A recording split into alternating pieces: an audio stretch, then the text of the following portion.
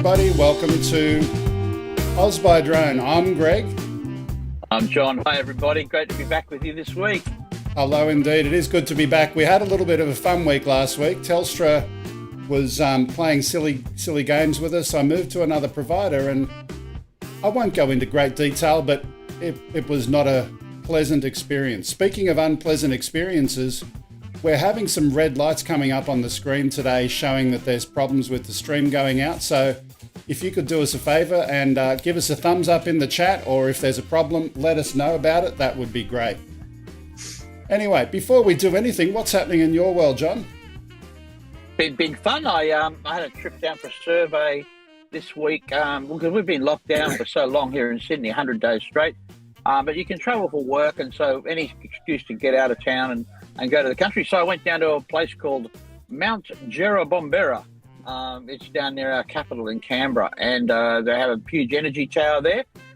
So we did a survey, but interestingly, I didn't realise until we got back, we had a look at some of the GPS positions, and I did a flight around the tower to start with. I noticed the GPS did drop it out when you got real close. So, you know, one of the things to remember is that the GPS signals is very, very low, very, very weak. So in some cases, they'll be below the signal noise floor. So if you're ever near a tower, a good tip, have a fly around, have a really good look. And it's more about not just the connection with your radio, but also the way the GPS is going to respond. Anyway, there's a tip right off the bat, start of the show. We're full of information and tips. Some people say we're full of it regularly, but that's another story. Absolutely. Rick, Lloyd's nodding. Let's move in and get started and get into the news. OzByDrone News, as always, is brought to you by AirData UAV. Is your drone healthy, or is it about to surprise you on your next flight?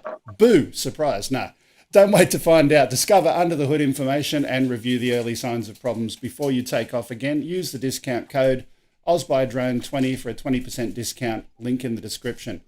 Before we get into our first story, by the way, some good news. One of our our guests that we had a couple of weeks ago,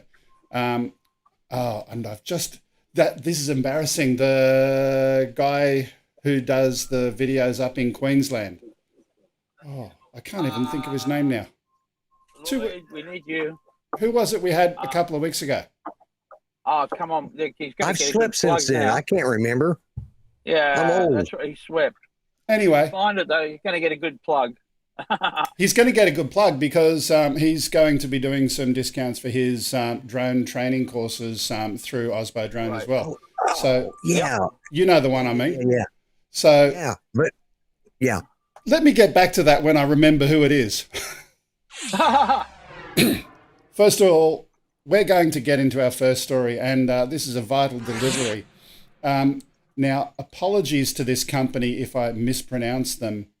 Unither, I haven't got a lisp. Unither Bioelectronics has completed a drone delivery of lungs for transplant with a vision for comprehensive aerial organ transplant program. The flight used a small multi-copter drone to transfer donor lungs from the Toronto Western Hospital to the Toronto General Hospital.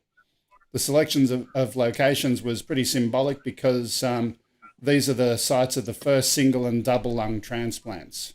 For the flight, which lasted a few minutes, the lungs were packaged in a box specifically designed to maintain their temperature and protect them from the elements and vibration.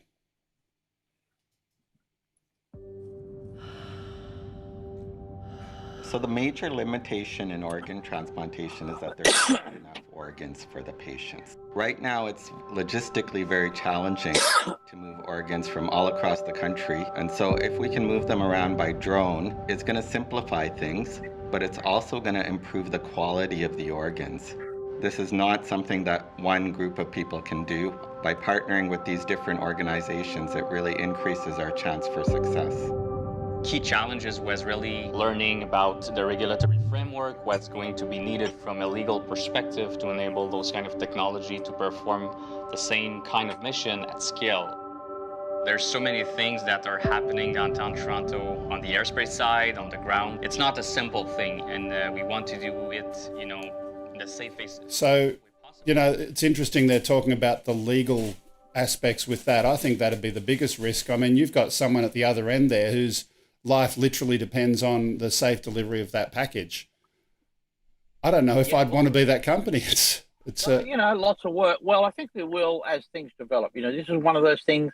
You're trying to get it together. There's a lot of moving parts to anything like this. I often, when I was talking to doing high school camps and doing classes, we talk about the day when you'd see in the paper, we had to medical drone was interrupted by news drone, or helicopter rather. And managing how the priorities are going. There's a lot of that work to do too. So, where we are at the moment with UAVs and what what they can do, there's going to be that step when they become a priority, when there's going to absolutely be important things that they do. And, it's going to be like an ambulance or a police car. Get out of the way, everybody. We got things to do. Long way to go. Long way to go because, it'll happen. And, the best part is I believe this type of use of UAVs is going to help our cause, in finding the important jobs, getting their way into the front line. And, EMS are all using it now. So, we've seen the problems with that. So, we're living through those times. I think it's important to acknowledge that too. Yeah. If you do want to watch more about this, the link to the original story is in the description there. One other thing to note, did you see the story on A Current Affair last week?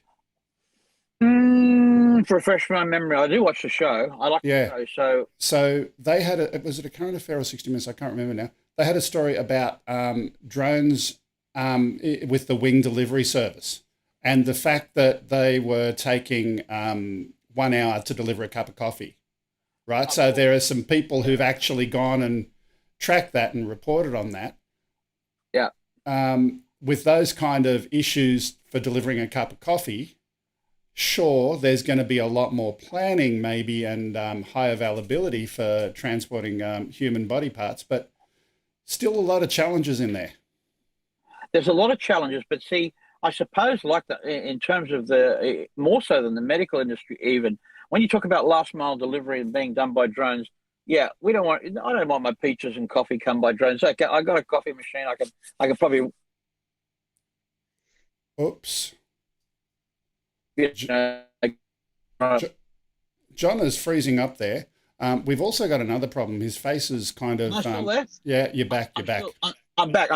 When you talk about last mile delivery situations, you're getting huge companies like Amazon, Google. All of them. We're having a great day today. It's important. Okay. Look, let's move on for the next story at the moment. And when we get John full screen as well, let's move his frame around because there's something weird where the left side of that's cut off today. Having a bit of fun with that. But for now, our next story is this one. Now, before I do anything, someone's just put something up under the screen there. $12.34 from Joe Blaylock. My memory is failing me too. Yeah, Joe, I tell you what, if your memory is failing you, maybe by the end of the show, you'll have forgotten that you did a super chat and you can do another one. Okay, just kidding. Let's move on. Our next story, the pigeon rescue. Now, this one was shown on Ken's show. I had it planned to be shown here. I didn't know what he was going to pick to show, but I couldn't resist showing it. The life of one pigeon in the world might not amount to much for some people, but it means everything to the pigeon. Lucky for this little bird, she found people who agree that she was well worth saving. Dramatic footage has emerged from the city of Barranca, Peru, and in it the pigeon is seen dangling from a power line, her legs having somehow become entangled in a length of string. The bird had ended up stuck high overhead with no obvious way for anyone to reach her. But rather than ignore the predicament, this pair of local police officers decided to get creative. They attached a utility knife to a drone, enabling them to reach the pigeon and cut the string that bound her. Wow. Have you seen this one, John?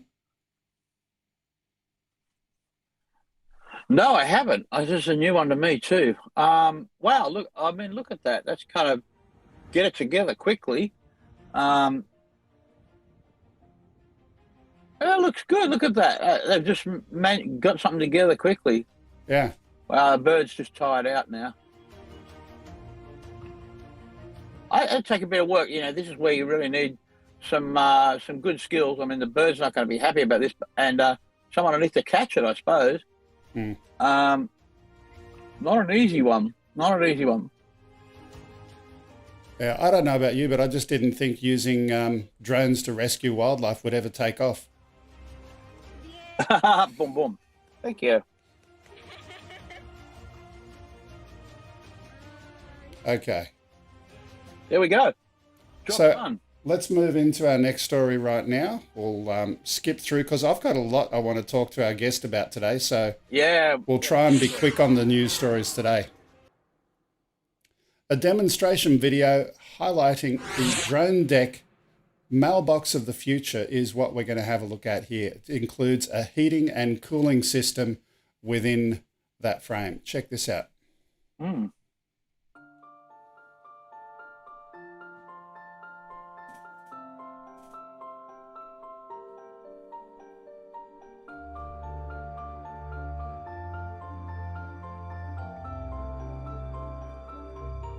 So in terms of last mile, you know, where to actually drop something off, it is a challenge. The idea of a drone mailbox sounds interesting. Yeah. But a few questions there. Someone who's a nefarious actor, sure, they can't break into the mailboxes if it's appropriately secured for your parcels. But if I was a bad guy, you know, we've already got porch pirates going and pinching things off people's porch. What's to stop someone going and getting the knife that we saw in the last video and chopping it while it's on the way down before it gets in? Well, you know, the people have done this sort of thing too. I think one of the things that's going on at the moment with last mile delivery, which will go on for a while, is that when people order a coffee by a delivery drone, they usually want to be there for the arrival. This is part of the experience. So, you know, they're sitting on the front porch. Unlike when you might have an SLR camera waiting and you're happy just to have someone, mum or dad, sign for it. But when someone brings you coffee, no, I want to be there. So, yeah, that's going to be an ongoing thing too. Google, we here in Australia are using they've got an idea where you have a caged area and it's got a pin code on it. So basically when you walk down to the end of the street, so you've got to do that and you've got a pin code, drop it in, you can go in. There's still lots of things that, you know, a lot of work to do on this yet. And who knows what it's going to be. I could go so far as to say one day you'll have on your roof of your house, you'll have a chute, very simple chute. And it'll go down like your laundry chute in your house. It takes you to the basement, drone will come up, you've got a delivery to go down into your house, and guess what? It's inside, locked into your house when it arrives. So it's just simple things, just simple ways to fix this kind of stuff. Putting a mailbox outside, you know, as I say. But boy, if a drone was dropping into the roof, think about that from a risk analysis thing. First of all, the drone's arriving over a roof, so there's a safety there in terms of mitigating against people on the ground and blah, blah, blah. So maybe there's another one I should patent. Roof chute deliveries by roof. You know, that one actually makes a lot more sense to me. Of course. Absolutely. Because you get rid of the risk of something at street level. By the way, what's that black thing on the side of your camera? Oh, this one here? No. Which way? That way? That one? Side. Half of the screen is blocked off. It looks black. Oh, okay. Is it? That is the scaling of the screen. So, yeah. I don't know what that is, but anyway. Look, you know, we'll go with it. We'll go with it. It doesn't matter. So let's move on. Before I do anything, I had another super chat, and can you put that back on my screen again, please, Grumpy? It's disappeared already. Who was that? Grumpy, $5 for Trevor Foos. Trevor, thank you as always for your support. Okay. We got more. We got more? We got more. Oh, hang on. We're on a run. We're on a run. We've got the chain gang here. $5 from Northern Tier FPV. Ching ching. Great to see you guys back. Thank you. Appreciate that. Thanks, Northern Tier. Appreciate it as always. So let's go to our next. Rob. Oh, another one. Yeah. $10. Hang on. I've got to get. Ken's got his train. I can't remember why, but here's a super chat. Thanks, Drone Rob. I've got to get some music, kind of like Ken's. What does he call it? Hang on a second. Whenever you guys pick music, there's always a worry in the background. We're all going to disagree. We're all going to disagree. Anyway, roll into it. Super chat train. That's the one. I've got to have a chain gang or something. And yeah. Anyway, let's get to our next story, and it is this one. And this one has also been on Ken's show, but I did want to deliberately have it here because I thought John's looking at this from an aerodynamics perspective would be interesting to look at. Check out the first flight of the Cyclotech technology demonstrator. The Austrian company, not Australian unfortunately, Austrian company based its cyclorotor propulsion system on the Voith Schneider propeller design, which has been used in maritime applications for decades. Cyclotech believes it could be used to create compact, maneuverable small drones and air taxis. I'm liking it.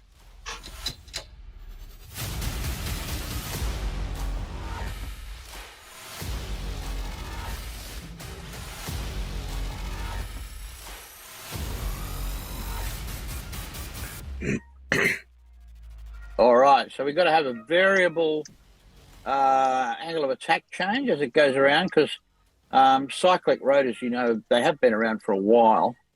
And you probably most commonly see this type of technology in replacing a windmill, on top of your house where the wind drives it round. And, of course, anything that the wind drives around and the reverse is true. You can drive it and it can make wind or thrust if you like.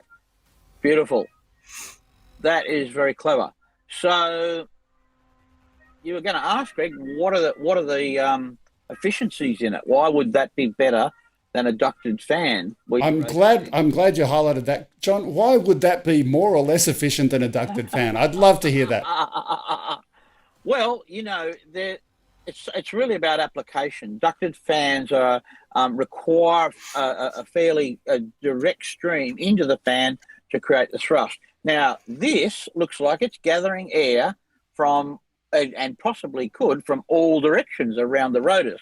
Now, that's an interesting concept. And where does the air go? So you can imagine a compressor. So why don't we draw the air in from 360 degrees around the rotor and then direct it somewhere else? Very, very clever. They're not showing us too much about the tech there, and I know why. Because if I had something flying like that, you'd probably have a bit of work to do. And like many of the things the Austrians developed some great aerodynamic products. So I have just a quick one. I have a friend who lives in outside of Vienna. He works for a company called Diamond Aircraft, and he works with other people with Airbus, and they're sailplane flyers. They fly great gliders, and he taught me a lot about aerodynamics when I visited Austria, and I got to see some fantastic things. They are builders too. So one of the things about having an idea and trying proof of concept thing is you've got to be able to put a scale together of it, and they seem to be very, very good at making molds and CNC parts and 3D printing and everything, and build beautiful, even something that's an idea they'll put together. Great to see that. I'm going to look it up. I need to do some checking out before I say any more on how it might work, because I don't really know, honestly. Yeah, absolutely.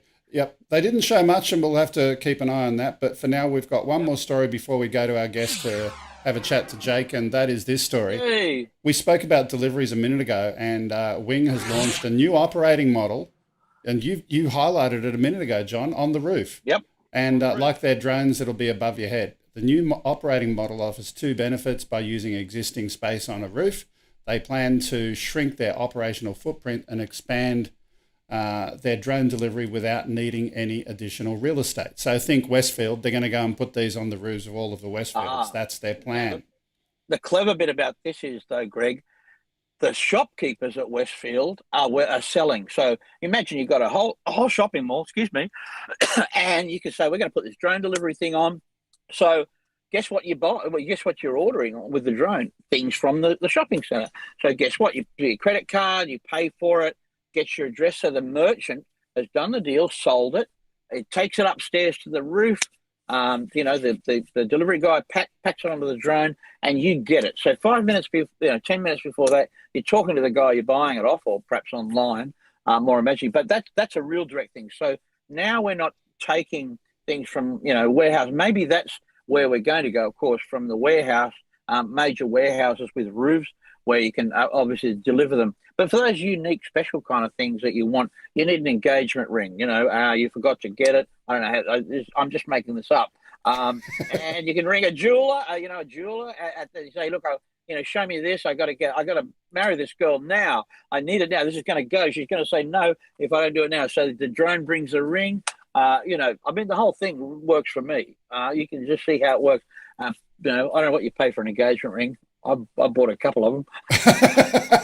Well, let's have a look at the story in a little bit more detail. Here we go. Good. Yeah, good.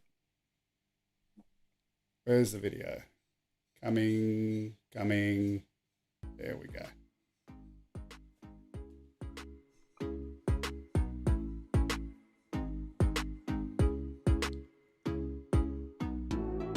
So I don't know if this, I mentioned to you before the story about the 1 hour coffee deliveries was based out of their existing facility or maybe out of this new rooftop center. I don't know where that delay was caused by, but yeah. Well, this new facility is in Logan, which is in Brisbane. Mm-hmm. Once again, it's got to be done properly from a place. Now, look at the background here. Look at the outside, the building. So this is where a new housing development probably might be working. Still a fairly good built-up area there. We've got roofs to fly over. And there you can see the rural area in the background. So Wing use that model in Canberra as well, where you're not in the middle of the city doing this. You actually have to really look at a space and then build a corridor.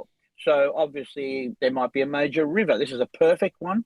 This was putting our safety caps on here. You've got a shopping centre next to a river. Once you're flying over a river, you've got all sorts of good things you can do.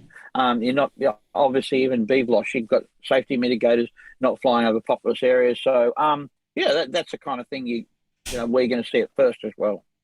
Great. Sounds like a plan. Well, for now, we're going to take a pause from our news stories and we're going to go to our guest. Hello and welcome, Jake. Hello. Good to be here. Thank you for having me. Yeah, welcome. Thanks for coming in. Now, Jake, you're coming all the way from Alaska? Yes.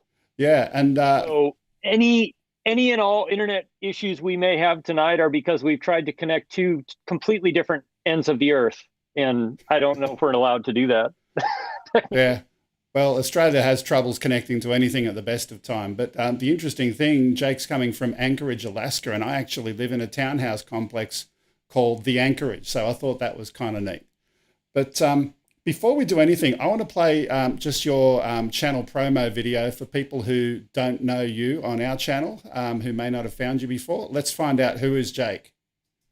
Hey, if you're like me, a solo creator on the go, and you want to know what gear to buy, what gear will stand the test of time, and how to use that gear, then you're going to want to subscribe to my channel. My name is Jake Sloan. I'm an Alaskan-based videographer and photographer, and I make tutorials and videos here on YouTube all about helping solo creators like myself, especially solo creators who are on the go, who are out and about doing small commercial projects or making content for here on YouTube. So I do reviews of equipment that makes that possible and maybe a little bit better. I do tutorials about how to use that equipment and tutorials about how to improve your videography and photography. As a bonus, when I do these tips and tutorials, you will see some of the most amazing places in the state of Alaska, like this glacier ice cave. If that's something that interests you, then watch a few of my videos. If you like what you see, then subscribe, and I'll see you again soon in the next video. Cheers. You know, the one thing I love is that whenever you're doing testing, you don't have to do anything special to do extreme weather testing of the aircraft. That's very true. I just step out the door and something extreme is going on generally. Yeah. Speaking of something extreme, I want to start with something that you brought up earlier today, something at Kuhnert, Alaska. And this is a story that involves an impact of a drone and a helicopter. Do you want to briefly outline what happened there from what you know?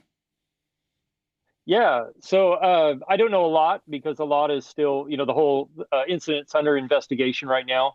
But the helicopter is a friend. A helicopter pilot is a friend of mine. So I found out that he struck a drone while he was in flight with a helicopter doing a sightseeing tour out in an area near here, which is a big glacier. And he landed fine. Everybody was okay, thank God. But the drone impacted the main rotor blade, and that means the main rotor blades are done. So that's about 65,000 US dollars in damage. So it's pretty substantial. And that's about all I know. I do know, from what I hear, they do know who the drone pilot is, and they've been in touch with him. So it's going to be very interesting to see how that unfolds, because it's a pretty serious thing to have a drone impact a helicopter. And thank God it hit the main rotor blades. If it had impacted anywhere else on the helicopter, probably the whole event might have gone very, very terribly. Absolutely. As far as it goes, everybody walked away. The helicopter is, other than the damaged rotor blades, is fine. So yeah.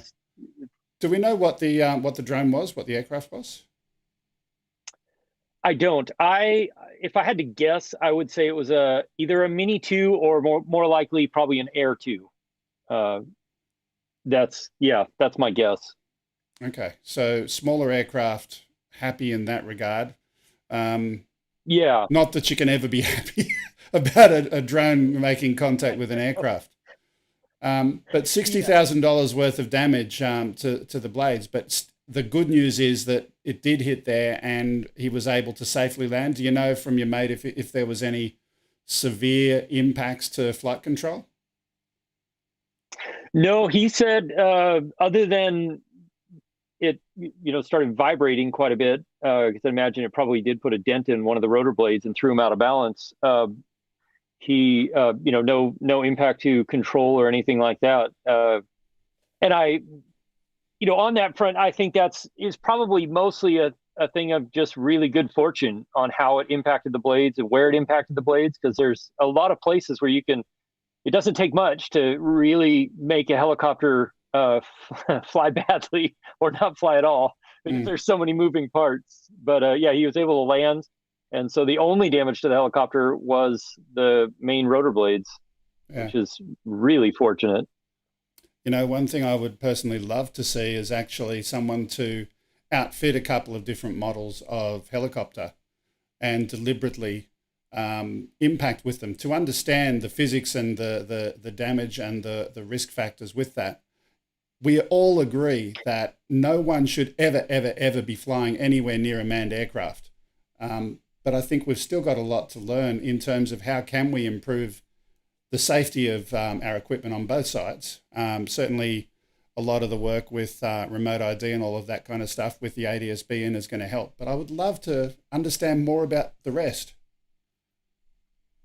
Yeah, I would too. And I imagine there'll be a fair amount of data coming out of this incident, just because it's really extremely localized as far as the drone and aircraft, where they impacted and stuff. And no other damage was done to the aircraft. The drone is probably just in tiny little bits and pieces everywhere now. But the fact that the aircraft landed safely and really the only impact was the main rotor blades, I think they'll be able to pull quite a bit of information from that. And I assume that since they know who the drone pilot was, they're probably able to find out exactly what drone model it was and get a lot of good information from that too. Yeah, absolutely. John?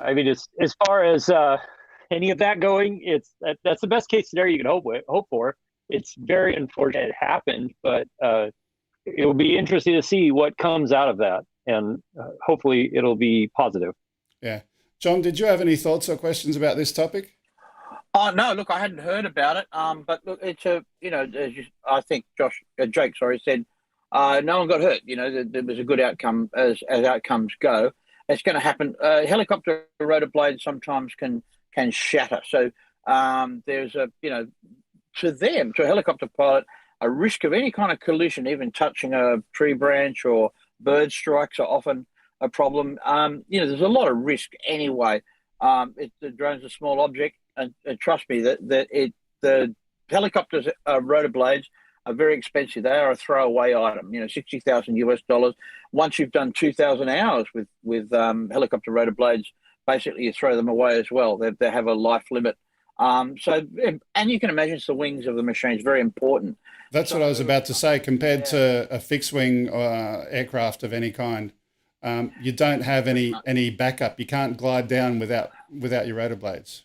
Yep. The thing that we have to remember as drone pilots as well is there's a much greater likelihood of helicopter contact with the aircraft or separation standard breach, because we operate in the environment that the helicopters are. More fixed wings, in an IFR environment, always got 1,000 feet of terrain. A helicopter, operates down. It's built to operate at low level. It does its best work. But most helicopters, they're not designed to cruise unless they're a multi-engine turbine helicopter, go great distances. The helicopter does a job, and we are in the same airspace. One of the things that I like to remind pilots when we're training is a helicopter makes a unique sound, and to listen for that. I often hear it clearly. Enough of me. Let's go back to Jake. I'm more interested. I want to hear about Alaska. I want to fly in the snow. I want to actually ask him the question that came up on the screen firstly. Do you know what altitude the collision happened at? Is that something that has yet been published?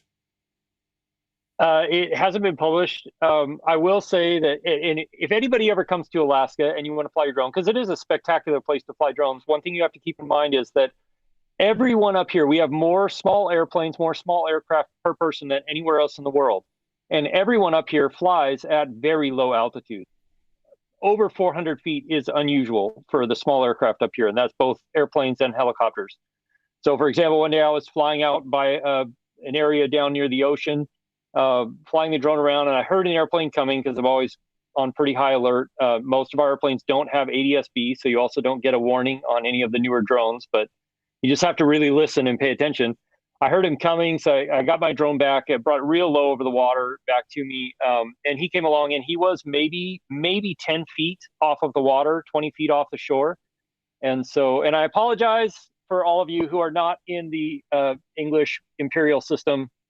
He was 2 meters off the water and maybe 3, 4, 5, 6, 7, 8, probably 6 to 7 meters away from the shoreline, cruising along at, a relatively slow speed, thankfully. But it's things like that if you're not familiar with how aircraft in Alaska operate, it'd be very easy to get in the way of one as it comes around.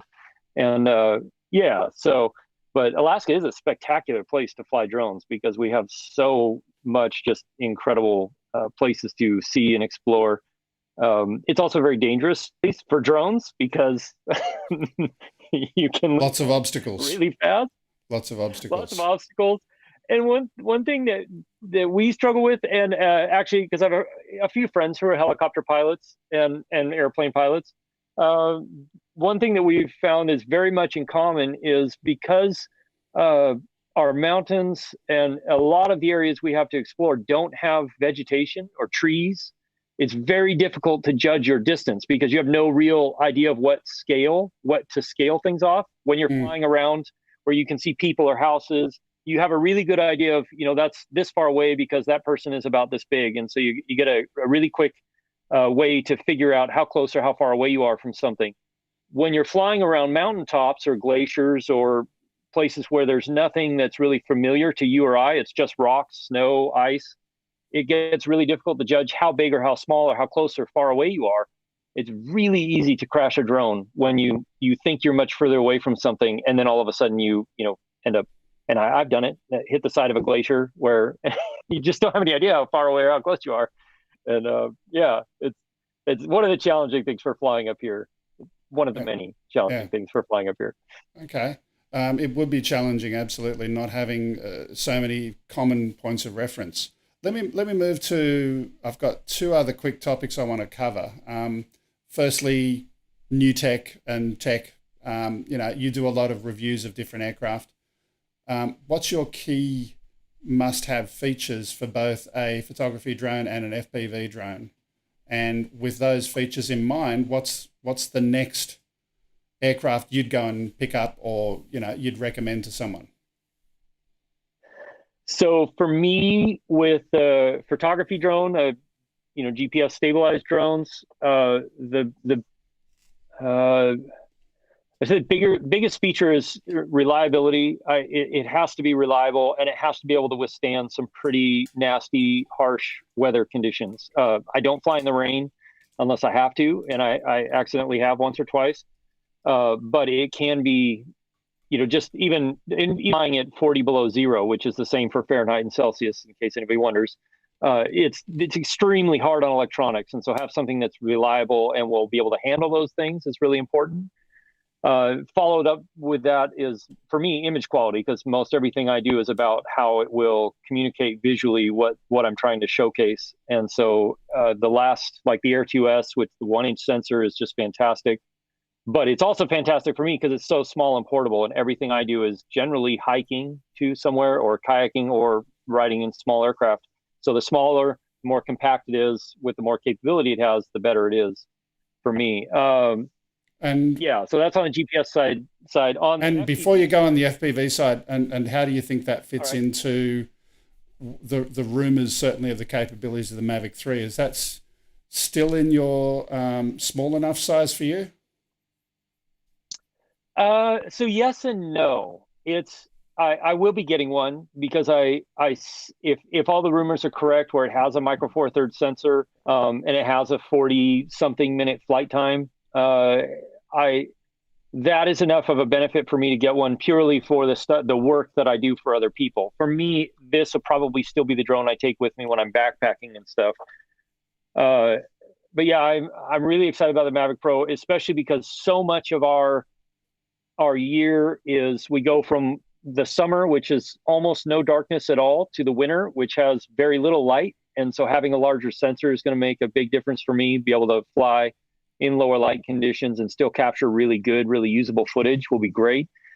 And yeah, I saw my Mavic 2 Pro. That drone has flown in some of the harshest environments, inside of glacier ice caves, in through very hard snow, in very, very, I think 45 or maybe 50 below zero is the coldest I've flown it, which is way beyond what DJI says you should do. And so there are a lot of precautions you need to take when you're doing that to make sure the drone can operate safely, but it can. It takes a lot more work and a lot more planning to do that. And I do have videos on my channel about how to handle some of those cold weather temperatures, and specifically batteries and LiPo batteries, which do not like cold temperatures very much. Okay. And now the FPV? I'm very excited for the Mavic 3. I can't wait to see what it is actually capable of. Okay. And now FPV, what's your thoughts there?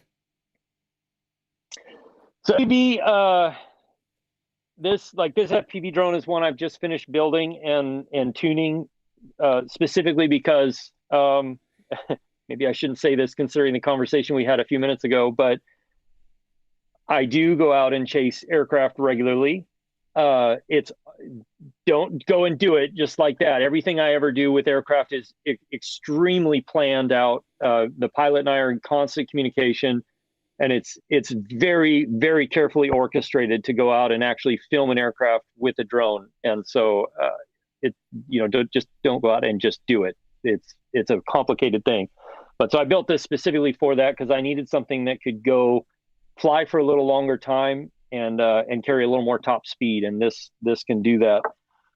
For FPV drones, most of what I do is not so much the freestyle, lots of flips and loops and stuff like that. It's almost all based around what I can film with an FPV drone. And the reason I got into FPV drones originally was I wanted to be able to fly through the crevasse of a glacier with the ice walls going by, so that it felt like you were flying through in an airplane. And it's much too dangerous to put an airplane or a helicopter into that situation.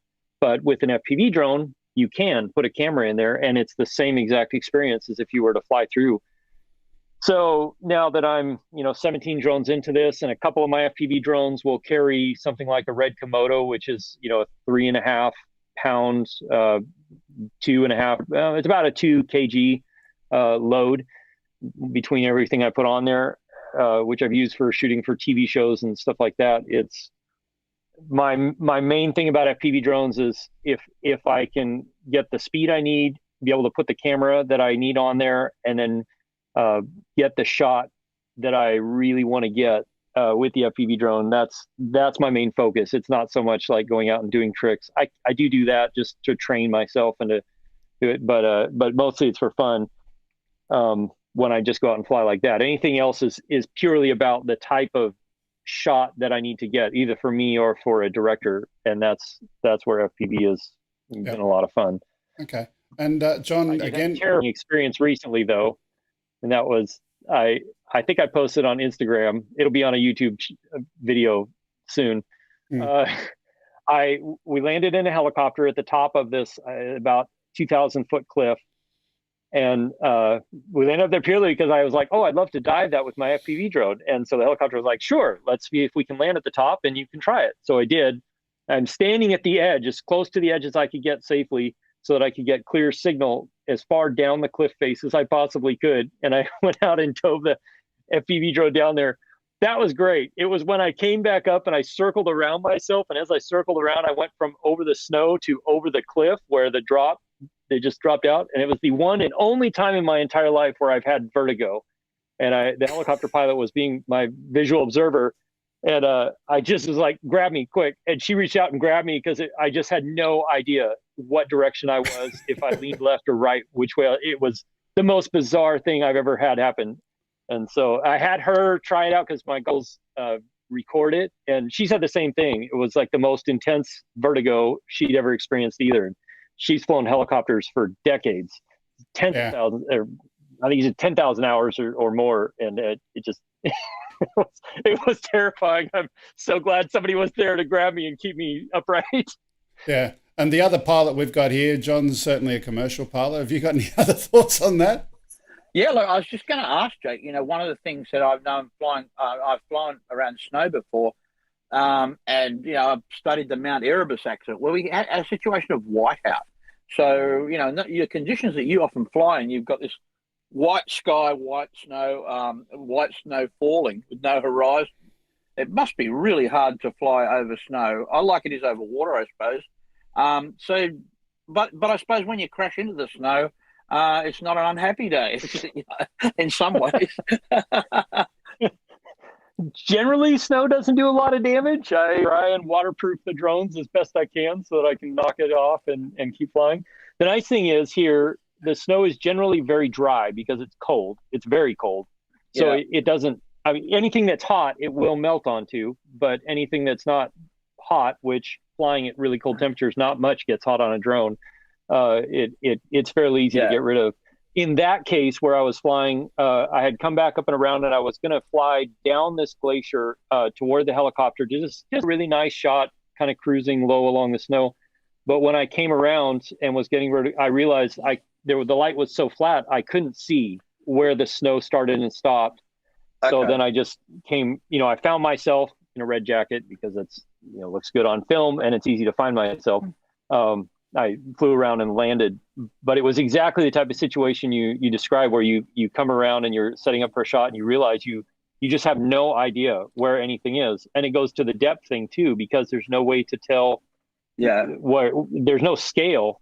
You're just purely guessing where you are in relation to how high above the snow you are. And the same thing happens when you fly low over water. If it's just really glassy, where it's a really nice mirror reflection, it becomes next to impossible to tell how high above that water you are. Yep. And I have an altimeter on my drone, so it gives me a readout of my altitude, but still it just gets to be really difficult to tell. Sure, if you're close to it. Two more tips. So I'm imagining too, in real cold weather, the FPV is great because you've got your scarf on and all your other stuff, and you're covering your eyes. You've got your goggles, you've got goggles on. I mean, this is a great thing. Whereas if some of us are flying with our screens, give us a tip on the best gloves that an Alaskan would use when you need to actually touch the screen and not freeze your hands, because I've been there and it's hard work. Give us the brand. And then I can, when I turn to my friends and I can say, my buddy in Alaska, he used these. Okay, give him a sell. Let's hear about it. What are the gloves that we should have? So I always do three things. I have a very thin set of gloves like this that I wear all the time. And the only reason for these, even in super cold temperatures, is just to keep the air off your skin. If you can keep the air off your skin, you can give yourself quite a bit more time. And they do have little, areas here where you can touch the screen. It will respond. It's a little cumbersome, but it does work. It takes a little bit extra effort. So these are what I will wear while I'm flying. I still go back and forth where if I'm really tactile on the sticks of the drone. And so if I can't feel it on my skin, sometimes it kind of throws me for a loop. So sometimes I will take these off for certain flights and then put them right back on. And then on the outside of these, I will wear a set of much heavier gloves that are almost like mountaineering gloves. They're just much thicker, much more well insulated to keep my hands warm between everything, especially when I'm walking to and from a place. And then the other thing I found is these small, they're here in the US at least, they're made by Zippo, and they're a USB rechargeable battery bank, but they also have a heater built in. And so I'll have one of those in each pocket so that if I am flying without these for a short time, which I have, and it's been brutal, but I'll stick them in the pocket, grab those and hold on to them, and the heat will just radiate into my hands again, which helps thaw them out. And I've done it where I basically have gone to where I cannot feel the controls anymore. I literally can't feel anything with my hands anymore. And then I'll warm them back up, which is pushing the limit of how far you should go and how cold you should let your skin get, because that's getting to the edge of where frostbite's going to start. So the gloves I use for the most part are made by a company called Head, H-E-A-D. These are fairly inexpensive. I think they're about 15 or 20 US. The other ones that I've got, the bigger set, are I think probably about 30 or 40 US dollars, same brand, made by Head. But yeah, and that is one thing, especially the way I work and what I do where I'm hiking a lot. Even wintertime when you're hiking in deep snow, if you're snowshoeing or skiing, you will work up a lot of heat in your body. And so the key for me is always layering. I'll have a base layer, another layer, a down coat, depending on how cold it is, and then a top shell that will break all the wind and be waterproof. But a lot of that will change, through the trip. So as I'm walking, I really strip down, because the worst thing you can do in the cold is start sweating, because as soon as you stop, that sweat gets cold and takes the heat off your body really fast, too fast. Right. So I'll strip down to where it's just, maybe the base layer, this, and a shell jacket while I'm walking. And then when we get wherever we're going, we're going to sit there for a while. Like when I'm doing night photography and the stars and the aurora, then I will put all of the other layers on, because we're not going to be moving around much. We're just going to be there for a while. So that is a big thing. And that's why I do gloves in layers too, where I've got a thin inner layer and then a bulky layer. It's the most versatile thing. It's a pain in the neck, but it's the most versatile thing to keep you the most comfortable and safe while I'm out doing these things. So, well, that's been really interesting. That's stuff a lot of that I'll never use. I mean, I would say you have to have a hat where I am, but and you've got to have layers of sunscreen and drink enough water, because we're okay up to about 110 degrees Fahrenheit. When you're out in the direct sunlight, you can't see your screen. You're never going to see that. The sweat that comes off your face as you're going down there is getting in your eyes. And so, we're both kind of extreme drone pilots that way. I can imagine. It's good. You hear everything on OzByDrone here. That's great. But if you live in a lovely temperate climate and you can get in your sandals and shorts and go out and fly, just remember us, that are suffering out there in sub-zero and maximum temperatures. But again, just to take a funny point and make it serious, drinking water and keeping yourself sharp, is what a lot of pilots talk about. We call it fatigue management. And give yourself a break. Don't, like driving. 2 hours of drive, you should have a break. And if you're doing an hour of flying and it's heavy flying, you need a break. So anyway, I'll throw that out there. But that was interesting. Thank you. That was. And at this point, just very briefly, I've got one more quick question to throw to you, and then we're going to leave that there because we're running a little bit behind today. So the last question is just a brief comment on the topic of the recent FCC stuff that's doing the rounds. Any comments from you where the FCC guy is now calling DJI as Huawei on wings, and the issues and risks around that? Have you got any thoughts or comments on that one? I know you may not have heard much about it yet, but just an early thought. Yeah, I mean, I read something briefly about it, I think yesterday or maybe the day before when the story kind of first broke. I don't know. I go back and forth. I know in the past, you and I were talking about it earlier, that DJI did have some really bad stuff going on in their software. I don't know if that's the case still. That was a while back, and a lot of things have changed since then. And then the other hand, I'm glad that other drone manufacturers are starting to come up to the challenge and actually give some good competition for DJI. Not for the security aspect, but just because I think competition is a good thing. On the security side, I understand the being part of China and how the Chinese government works and stuff. On the other hand, from a privacy side of it, there is really very little to no privacy left. If you carry a smartphone with you, everything you do is being tracked and watched and listened to by Google or Facebook or whoever. It's somewhat irritating and laughable.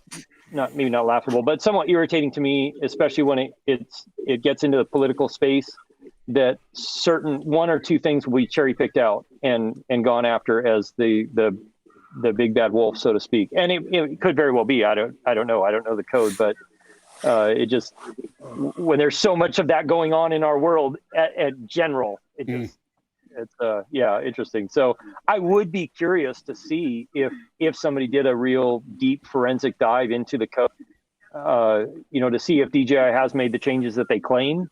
I know they just released a big update to the Matrice 200, I think 200 series that is supposedly 300. Yeah, thank you.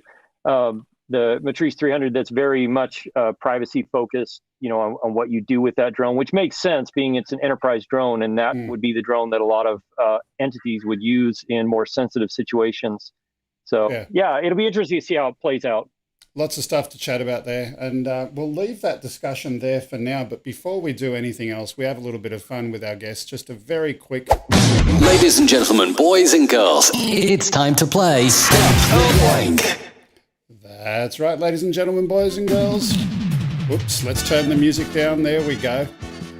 It's that part of our show that we love to play where we poke fun at the Aussies and also have a bit of fun with our guests. It's time to play Stump the Yank.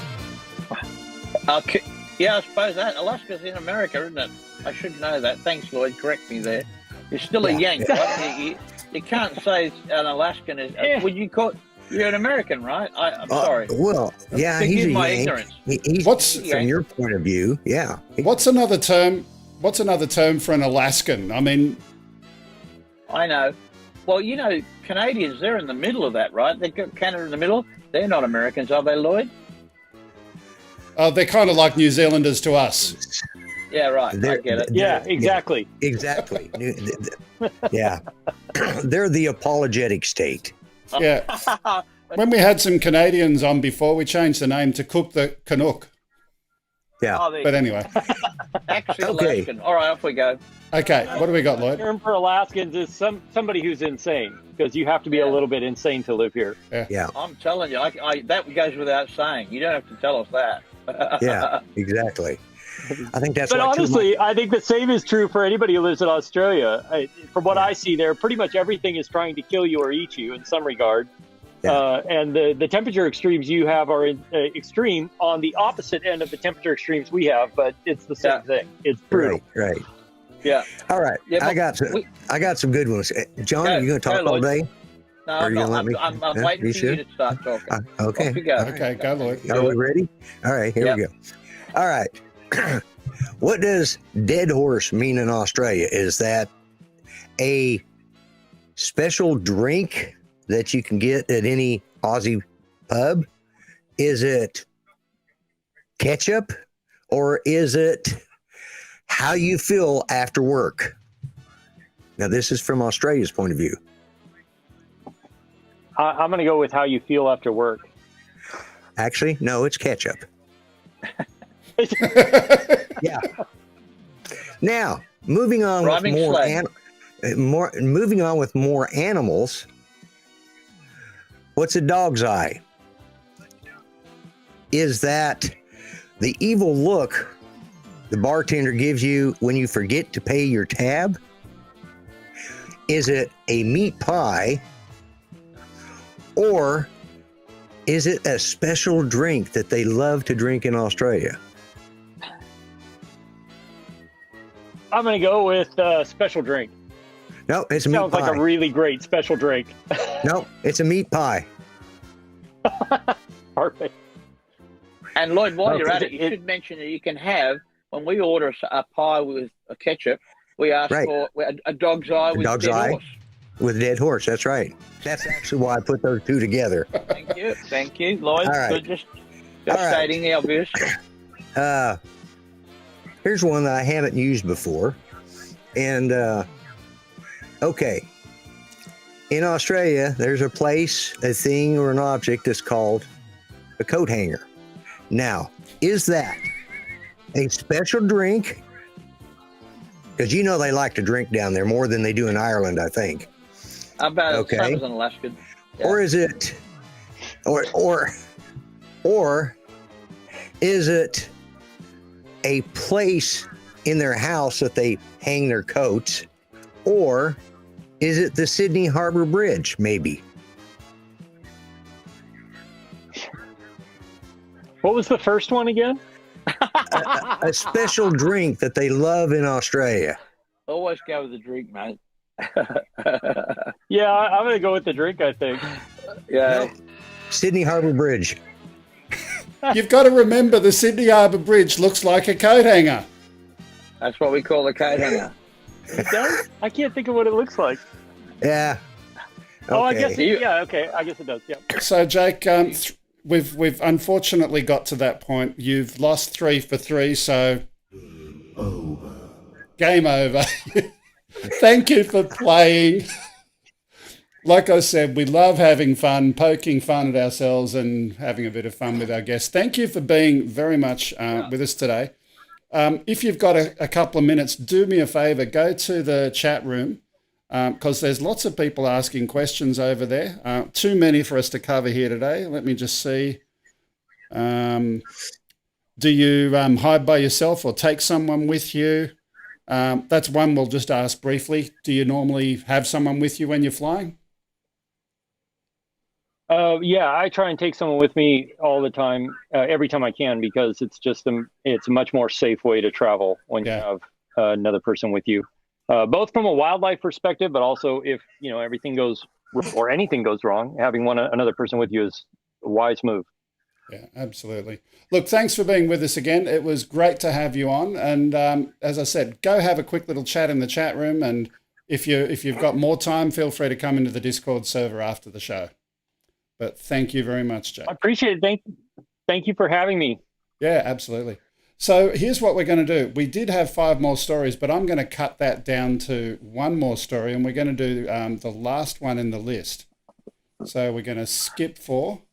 Let's get John back up on the screen. And this one is, let me press the magic button. A team of AI researchers in Russia have managed to come up with one of the coolest gesture control systems for drones that we have seen yet. Have a look at this.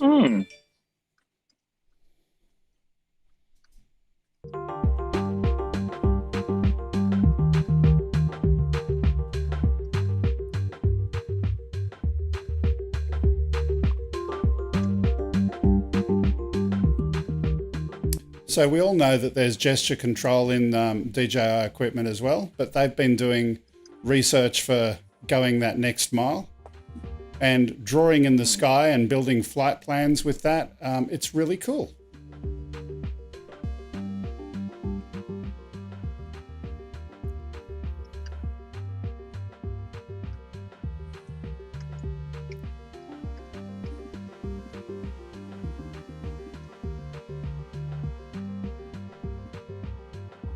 So you can see she's drawing there and getting that registered.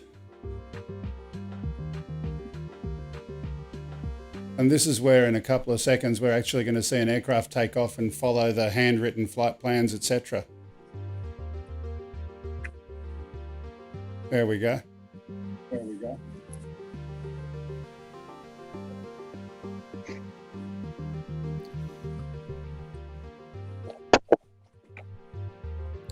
it's all very good until you got a twitch in your hand, but it looks like an interesting way of controlling. Yeah. What kind of applications do you think there'd be for that?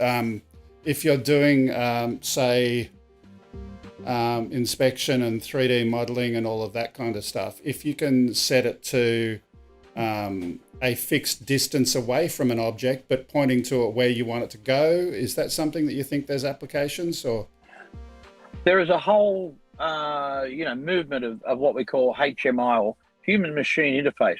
Not just the way you control your drone, but the way you might control anything in the house. The vacuum cleaner. I think what we're going to see next, the one that crawls around the house and does its own thing. Well, what if you spill something and you go click, 2 clicks of your fingers, back, and then use your hand to point where the rubbish is, and the vacuum cleaner says, yeah, right, I'll go and get that. I mean, this software has so much application, and of course, something flying as well. So HMI now, and thanks for asking, because I've got to write a bit of a deal on this coming up, and we're talking about some of the things like we were discussing with Jake today. What is it, if you're freezing to death and thirsty and tired, the chance of you making a mistake with your aircraft and having a problem, forget about what AI, you'll muck it up. You can crash it. And so we're still the weakest link here. So I think, part of this great stuff where you're using gestures, because, we do talk with our hands, look, I'm doing it now. I see Lloyd all the time. He talks with his hands. When I'm talking, he goes like this, and he goes, oh, my goodness. I say that's a gesture. And it sends a message that I get, but that's good. And when he's asleep, I get that message as well. There you go. Now he's got covering home. But, we do have a simple way, and voice command has advanced so much, as we know. I mean, why can you talk to your drone? Well, there's noise and stuff. Other ways of innovating. So remember, the controlling with our thumbs has come from decades and decades and decades of flying radio-controlled airplanes. We just thought that was a natural way to do it. We drive cars with a steering wheel. The first car, Mercedes-Benz, 100 years ago more, had a steering wheel, and we've still got a steering wheel. Mercedes are looking at joysticks, another way to control a car. Maybe you control a car with a gesture, although that's going to be complicated, isn't it? I mean, so if we do get our robot vacuums looking and responding to gesture commands, just make sure you don't point to your wife. That's right. I mean, there you go. Taking out the trash. Boom. Boom. There you go. There's that'll be the last joke we'll get in today. But it's been good. I mean, this is, you remember, once you get into the hobby that we're all in here with flying robots, you're asking all of the people that have these great ideas and minds that do other things are going to be part of it as well. I just love flying things. So anything that flies that's got tech, I'm interested in. But remember, the people that build code, write code, think of ideas, and say, well, a drone would be good for that. Their ideas coming from another place. So it's an exciting place to be. And we're going to see, as this show runs on for however long it runs, we're going to see endless ideas and people come in with ideas that say, what about this? Some of them will work, some of them won't. There'll be a market there or there won't, but that doesn't matter either. You'll always have, whether it sells or not, whether it's going to make any money or not, you'll always have creative people with skill looking at the ways to use it. So it's a great thing. It's good. Yeah. Anyway, we've reached the end of our show almost. I'm just going to quickly share one last thing with us, and that relates to, so we've spoken at the beginning of the show about using your drone safely and having good data for the drone. We've spoken previously about our friends at NoLimitDrones, and they've got yet another booster board to give away. Now, if you want to win a booster board, it's worth a decent amount of money, a couple $100. Oh, yeah. Yep. You need to share, and I'm going to put the link in while the credits are running at the end. So you've got to share that via social media and send it into the NoLimitDrones team. That's all you got to do to enter. Okay? Pretty easy. NoLimitDrones, even if you're not using the booster board, their software is able to unlock lots of capabilities within your drone. Do you feel like your drone's being weighed down by chains? Well, take off the chains and fly without limits. Check out NoLimitDrones.com for more information. There you go. Was that a good one? That's good. I'm learning from Point. Ken, getting his skills. There So you go. let's move from that to a couple of community service announcements. So upload at gregkuhnert.com. So that's number one. If you want to send us a video or any other material, send it to that email address. Or number two, please do follow us on social media. By the way, before the show today, we were 3 subscribers away from 1,500. We're not a big channel like Ken or Jake, but if there are 3 people who are watching today that are not subscribed, we'd love you to come and subscribe to the channel and get us over that mark. Fantastic. Finally, if you want to send us anything physical, 5/127 Princess Highway, Sylvania, New South Wales 2224. So Awesome. We've reached the end of the show. I'm going to be in Discord after the show, so please do come and chat there if you would like. Last words from you, John.